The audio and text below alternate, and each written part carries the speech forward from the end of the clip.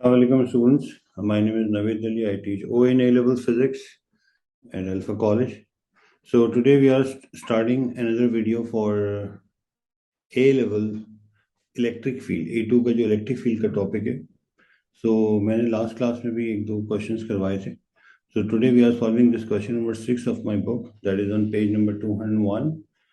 So the question is, a small charged metal sphere is situated in an earth metal box. Metal का box है वो earth हुआ हुआ है.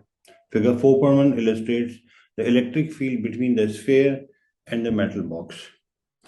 ठीक है, अब स्फीयर पे कोई चार्ज है पॉजिटिव या नेगेटिव जिसकी वजह से इलेक्ट्रिक फील्ड बाहर जा रही है. तो by reference to figure 4.1 state and explain whether the charge sphere is positively और नेगेटिवली चार्ज. तो we can see electric fields are moving away. तो इससे पता लग रहा है कि इस स्फीयर पे जो चार्ज है वो पॉजिटिव है.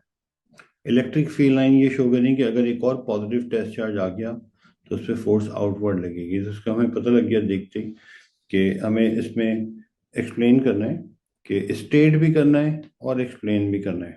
तो हम यहाँ पे क्या लिखेंगे कि पॉजिटिवली चार्ज. तो पहले तुमने बता दिया भाई पॉजिटिवली है, फिर हमें इसको क्या करना है एक्सप्लेन कि कैसे पता लगा. तो एक्सप्लेन में हम ये लिख सकते हैं कि field lines are moving away, direction of force is moving away, जो कि पॉजिटिव की होती है. तो हम यहाँ क्या लिखेंगे, इलेक्ट्रिक फील्ड लाइंस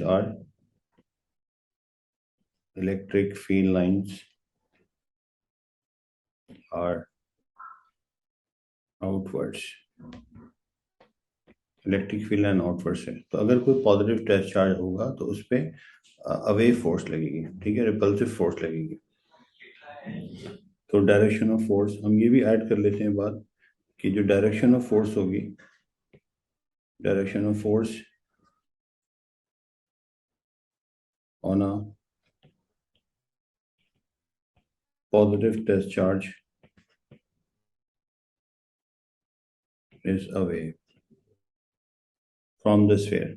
ठीक है, उसके बाद नेक्स्ट पार्ट ये कि why it appears as if the charge on the sphere is concentrated at the center of the sphere. तो you can see कि सारी जो इलेक्ट्रिक फील्ड लाइंस हैं, all electric field lines are perpendicular यानी कि normal, और सारी electric field line का आपस में जो इंटरसेक्शन हो रहा है वो सेंटर पे हो रहा है. तो इट अपीयर्स लाइक कि charge is concentrated at the centre. ऐसा लग रहा है कि चार्ज, ये जो इलेक्ट्रिक फील्ड लाइन है सेंटर से ओरिजिनेट हो रही है.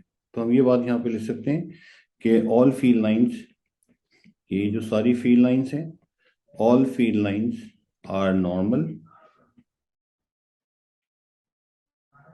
to the sphere. जब सारी इलेक्ट्रिक फील्ड लाइन नॉर्मल है सो इंटरसेक्ट एट सेंटर.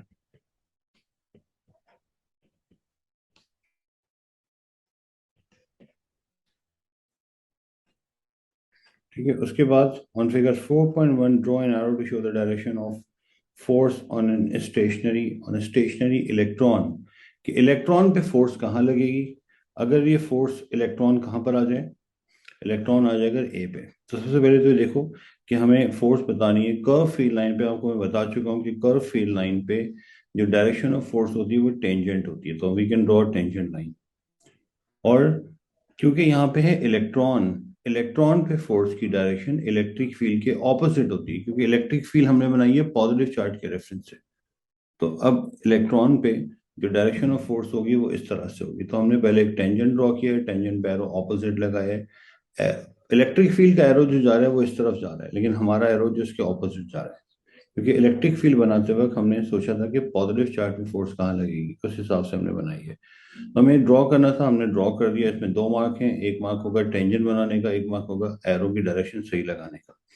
उसके बाद next is the radius r of the sphere is 2.4 centimeter. The magnitude of the charge q on the sphere is 0.76 nanocoulomb.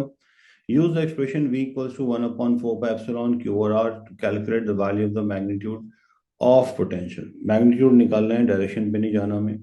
तो हम इसके अंदर सबसे पहले देखते हैं हमारे पास जो कांस्टेंट होता है 1 अपॉन 4 पाई एप्सिलॉन, इसकी वैल्यू होती है 8.99 एक्सपोनेंट 9. हम लिख सकते हैं कि 8.99 एक्सपोनेंट 9. चार्ज की वैल्यू दी हुई 0.76 nano coulomb is -9 divide by radius is 2.4 centimetre, तो 10 की पावर -2. तो वी कैन सी कि ये तो कैंसिल हो गया. और यहाँ से वी कैन कैलकुलेट कि पोटेंशियल की वैल्यू कितनी होगी। ठीक है, तो हम यहाँ से इसको कैलकुलेट कर लेते हैं। मेरे पास अभी कैलकुलेटर नहीं है, तो 8.99 into 76 divide by 2.4, this is 285। The answer is 285 volt. तो इसकी सरफेस पे जो पोटेंशियल होगा इट इज 285। ठीक है, उसके बाद they're asking the next part, state the sign of the charge induce on the inside of the metal box. तो पहले तो बात समझ लो कि अगर मेटल का बॉक्स है, मेटल के पास फ्री इलेक्ट्रॉन होते हैं, ये मेटल का डब्बा है यू कैन सी, और इसके सेंटर में रखा हुआ है एक पॉजिटिव चार्ज। तो पॉजिटिव चार्ज मेटल की इन साइड पे जो चार्ज इंड्यूस करेगा वो कौन सा होगा? नेगेटिव। तो सबसे पहले तो हमें स्टेट करना है कि ऑपोजिट चार्ज इंड्यूस होता है हमेशा, जो हो जाएगा negative. State the sign of the charge induced on the inside of the metal box, ये हमने लिख दिया। Hence explain whether the actual magnitude of potential will be greater or smaller than calculated in the previous part। हमने 285 निकाला है, तो पूछते हैं कि ये 285 जो है ये एक्चुअल में 285 से ज्यादा होगा कि कम होगा। तो पहले तो बेटा इस बात को रिकॉल कर लो कि तुमने जो 285 निकाला ये है क्या।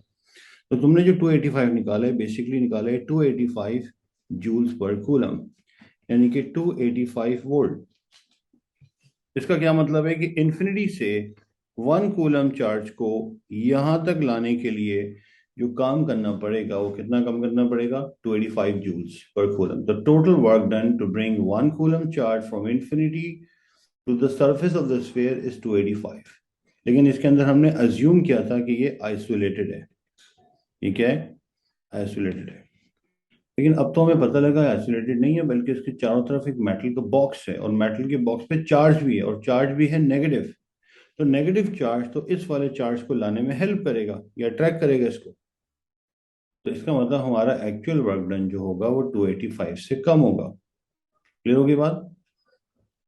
देखो बेटा, मैं आपको एक बात समझाऊं कि अगर आपको ये कहा जाए कि आपके पास एक पॉजिटिव चार्ज है, पॉजिटिव स्फीयर है जो पॉजिटिव चार्ज है, और आपने इन्फिनिटी से एक +1 कूलम के टेस्ट चार्ज को यहाँ तक लेकर आना है, और यहाँ तक लाने के लिए कितना काम करना पड़ता है? 285 जूल्स पर कूलम। और पॉजिटिव साइन ये शो करे कि work done against the field. लेकिन आपको कहा जाए इसके बराबर में एक नेगेटिव चार्ज भी है, तो फिर तो सीन चेंज हो जाएगा। अब पॉजिटिव चार्ज को तो ये वाला नेगेटिव चार्ज क्या करेगा? अट्रैक्ट करेगा। यहाँ तक लाने में अगर आपने 285 किया है वर्क डन अगेंस्ट, तो ये वाले जो चार्ज हैं इसके सराउंडिंग में ये तो अट्रैक्ट कर रहे होंगे। तो हो सकता है इन सारे चार्जेस की वजह से आपको काम करना पड़े -20 जूल्स पर कूलम। तो टोटल मिला के हो सकता है 265 हो जाए। Work done by the field भी है, work done against the field भी है। तो एक्चुअल में तो हमने जब कैलकुलेशन की थी तो हमने अज्यूम किया था कि भाई इसके अलावा कोई भी नहीं है। बाद में पता लगा अब इसके साइडों में तो ये भी है, और ये जो है इस पे नेगेटिव चार्ज है, और नेगेटिव चार्ज का पोटेंशियल तो नेगेटिव होगा, थोड़ा पोटेंशियल नेगेटिव भी होगा। तो इसलिए वी कैन राइट कि पहले तो मैं बताने एक और बात जो मैं state, hence explain whether the actual magnitude, तो हम बताएंगे क्या? Actual magnitude, actual magnitude of potential will be less, will be less than 285 volt, because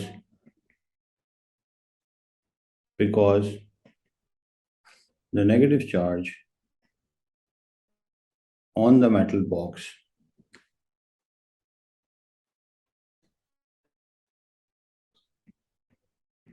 causes work done by the field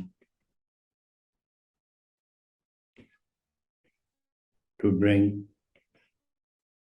unit positive charge from infinity।